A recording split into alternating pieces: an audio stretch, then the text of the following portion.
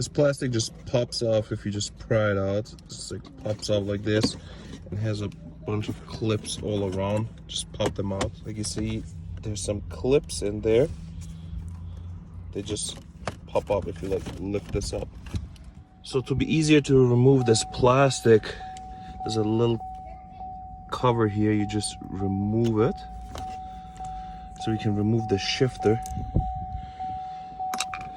And then supposed to be a torque screw in there to remove. There's a little 20 torque screw in there. You're just gonna remove that, and then you just pull this straight out. As soon as you have the shifter out, you just pull it out. It's just hooked up to some wiring. You're just gonna disconnect that wiring really quick, and this whole thing comes out. I just noticed you don't really have to disconnect it. You can just like leave it on the side. It gives you plenty of space. Don't mind this extra wires.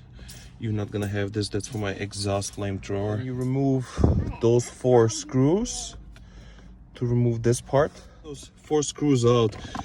To remove this one, you just have to pull it out. It just has like 4 clips. So like 1, 2 here, and 1 on the top, on the bottom, I believe. Just like pull it out.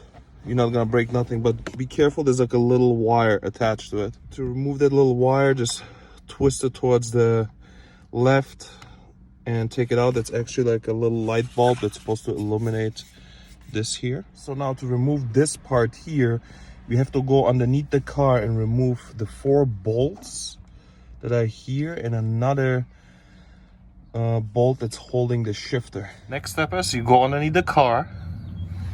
Transmission is right there. So you're gonna remove this screw to remove the shifter, and then can I reach those 4 screws to remove the whole shifter on the top. As soon as you remove those 4 screws, this should lift up. Remove all those 4 screws, just remove this little connector, and this one should just lift straight out from the factory shifter and the gasket. And this piece has like a white plastic around it holding it. There's no other way to remove it than breaking it, so I just broke it off. And then this one fits here, and I'll show you the process in a second. So this piece, you're supposed to put it on the inside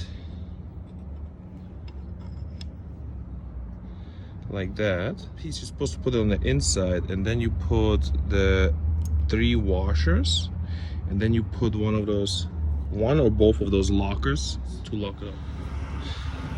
Put this in, put all 3 washers, and I put both of the lockers on the opposite side. Shift in where the old one was, and I'm just gonna go underneath now to hook up everything. So here we are underneath.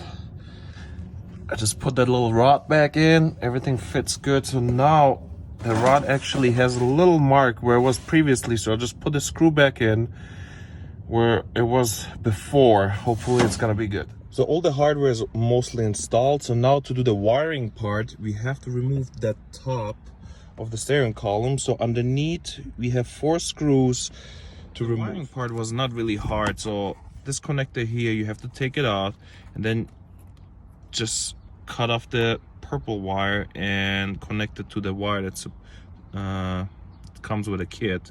Then you just run it all the way here, and you just connect it. Comes with a connector. It's like right there.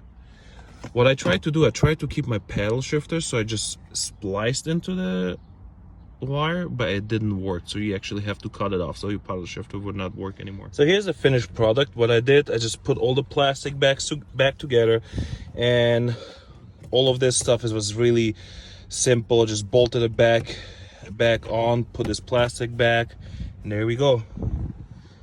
Probably it's gonna take you about an hour if you take your time. Here we go, my new Kilduff shifters. So the first one is put in gear. The second one is to shift the gears. Downshift, upshift.